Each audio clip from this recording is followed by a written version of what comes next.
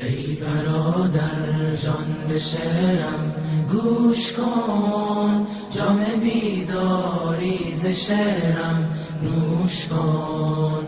ما مسلمانیم و نی آتش پرست، هر که دور از دین بود او جاهل است. یادمان باشد که کیش ما چه بود، آتش و آتش پرستی در سجود.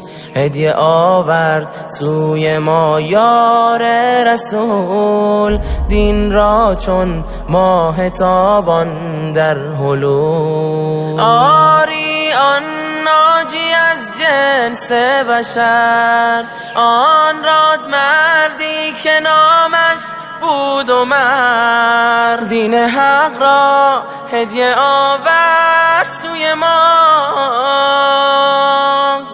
ورنه آن دنیا سیاه بود روی ما. ای برادر جان به شعرم گوش کن، جام بیداری ز شعرم نوش کن.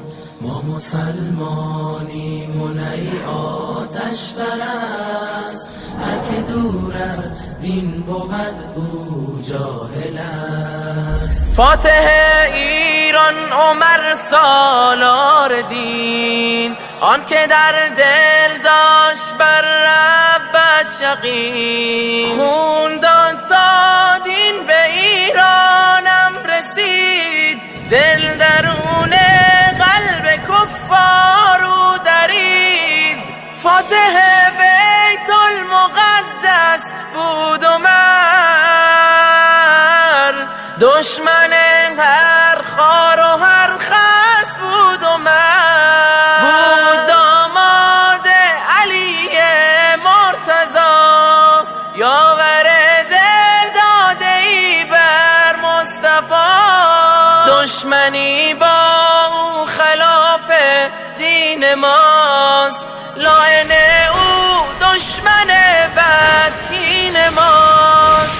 لعن او دشمن بد کین ماست. برادر جان به شعرم گوش کن، جام بیداری ز شعرم نوش کن.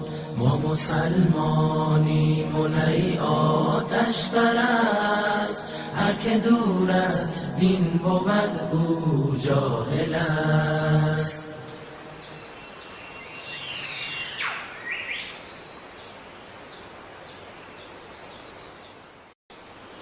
ای برادر جان به شعرم گوش کن، جام بیداری ز شعرم نوش کن.